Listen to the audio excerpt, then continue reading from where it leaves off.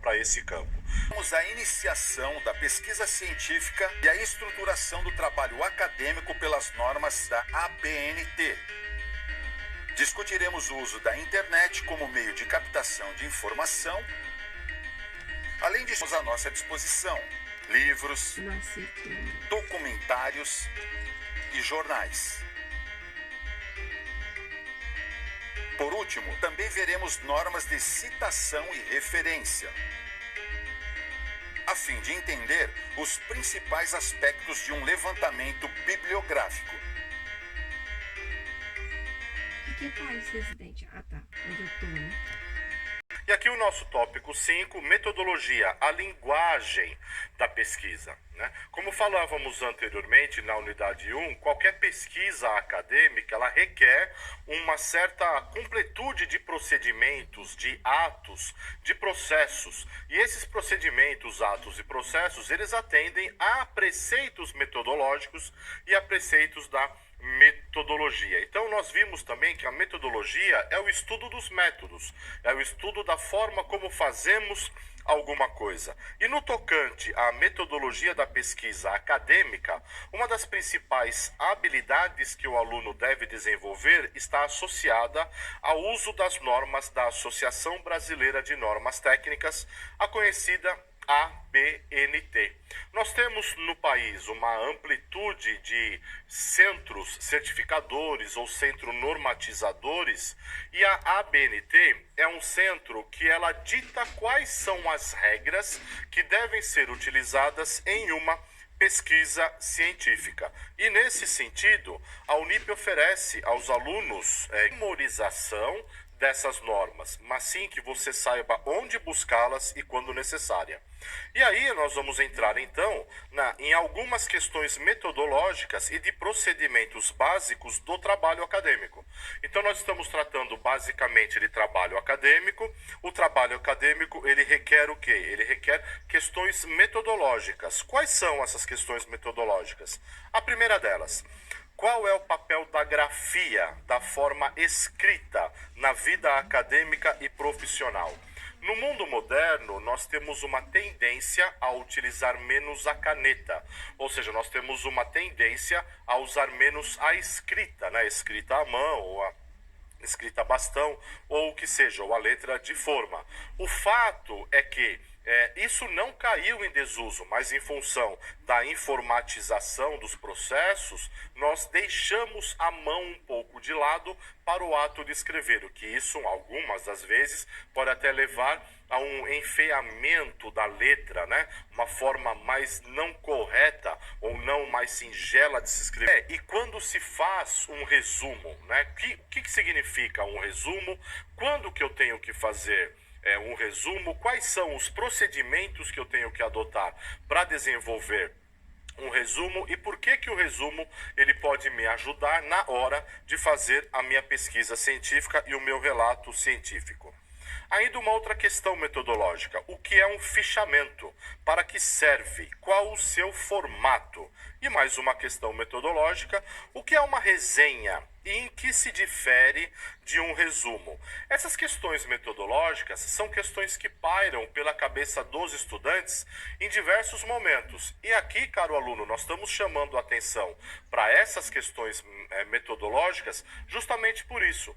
Porque nós ouvimos dos alunos essas perguntas.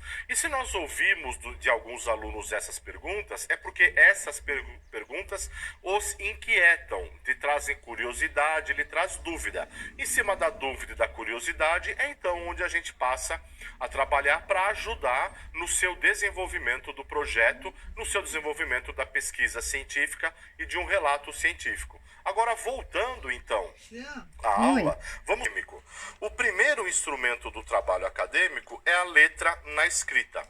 Tratamos inicialmente de um assunto delicado, que é a grafia, ou seja, a letra cursiva ou de mão e a letra de forma. Não se trata de resgatar algo em desuso, velho, mas de discutir as funções de um processo que preenche todas as dimensões sociais.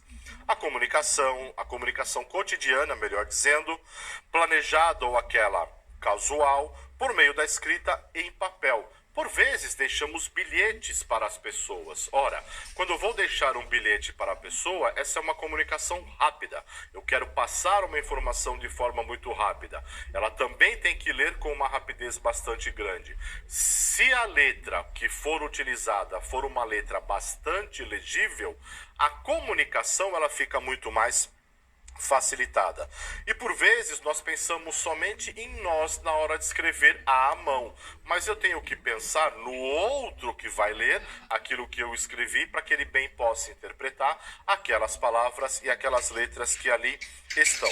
Do ponto de vista metodológico, busca-se, a complementariedade entre modos consolidados de comunicação e expressão e inovações tecnológicas.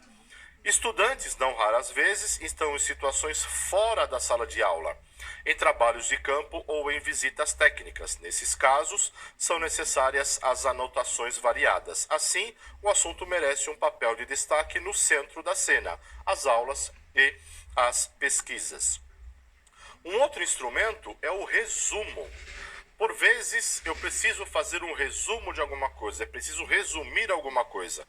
O que isso significa? Segundo o autor Medeiros, que é um estudioso das metodologias, o resumo é a modalidade em que se constrói um texto partindo de outros textos, ou seja, é uma paráfrase. Isso é muito importante, a paráfrase.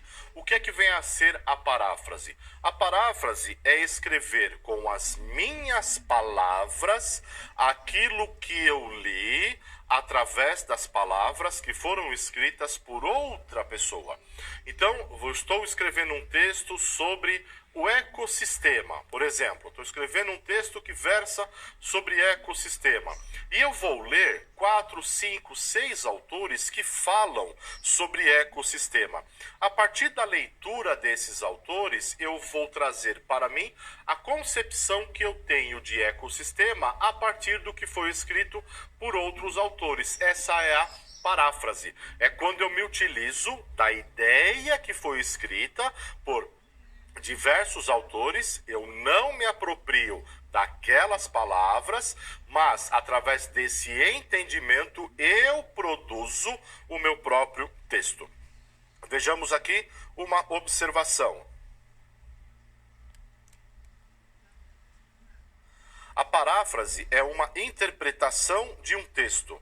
Nos trabalhos acadêmicos em geral, construímos textos por meio de paráfrase, resumindo outros textos ou refletindo sobre as ideias apresentadas por outros autores.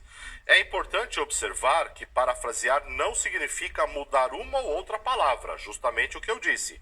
Antes, requer a leitura e a reflexão sobre um texto para que suas ideias sejam expressas a partir de nossas palavras e nossos próprios termos. Muitos alunos, às vezes, eles produzem um texto acadêmico simplesmente se apropriando das palavras que foram utilizadas por outros autores. Isso não pode acontecer.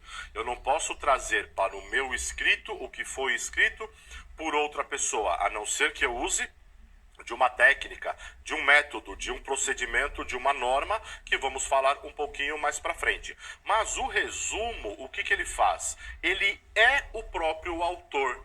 Ele mostra a cara do autor, a forma com que o autor entendeu daquele assunto.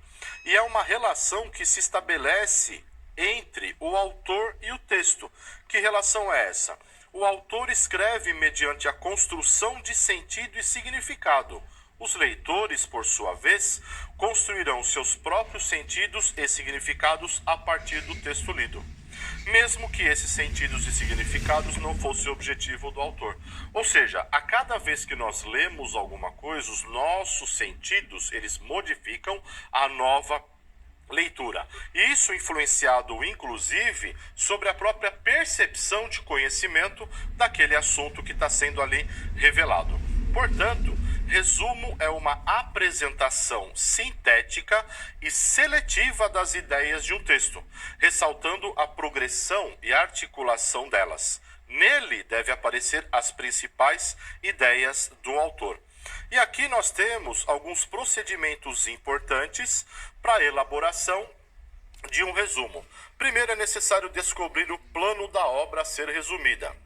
E o resumo deve responder sobre as intenções do autor e sobre o tema do texto. Em seguida, é preciso captar as ideias principais do texto e sua articulação, identificando as diferentes partes da obra, que é o encadeamento, chegando assim ao apontamento das palavras-chave. E aí, um resumo ele tem que ser ordenado da seguinte forma: ele tem que ter uma introdução, ele tem que ter um objetivo, ele tem que apresentar a articulação das ideias, no caso, fundamentação teórica, ele tem que apresentar os materiais e métodos que foram